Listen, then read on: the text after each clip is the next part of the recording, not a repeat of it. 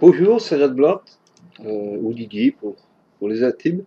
Je vais vous montrer le gros problème qui se passe avec W3AF sous Backtrack 5R3, que ce soit en 32 ou 64 bits, en GNOME ou en version KDE.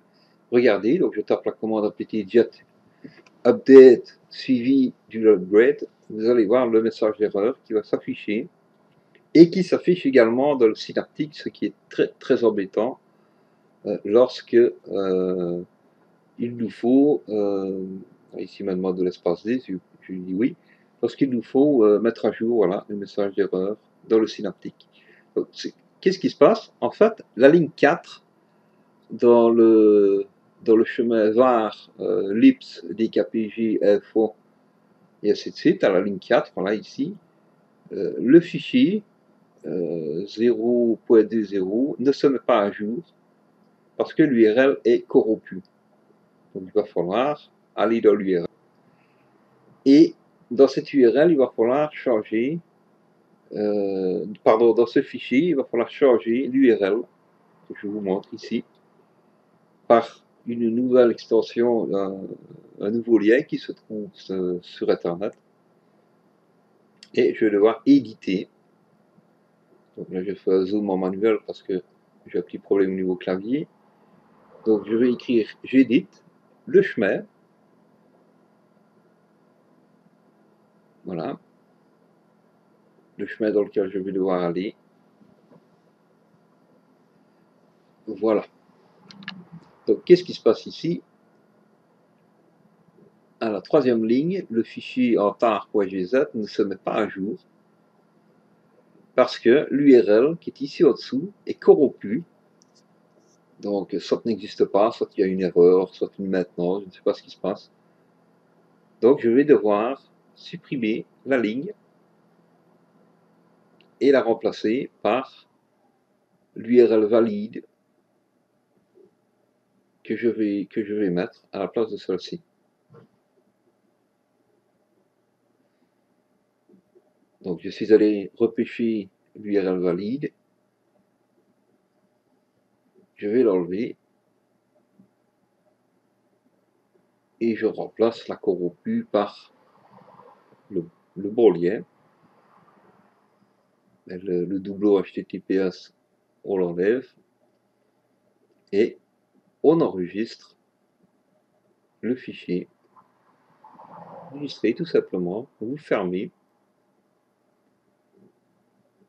voilà, et vous relancez la commande apt-get update suivi de upgrade et regardez bien, un petit message d'erreur va apparaître, il vous demande la place, vous lui dites oui, un message d'erreur apparaît, donc il va se mettre à jour, il va aller sur l'URL en question et voilà, c'est parti, il va télécharger ce qu'il a besoin de ce qui lui manque dans le W3AF. Parce que sans ce système, des attaques en FreakMaroc, ça pose de gros soucis si vous ne l'avez pas. Donc il faut absolument résoudre ce gros problème. Voilà, donc ici le système il est mis à jour, donc je ferme le terminal, je rouvre le terminal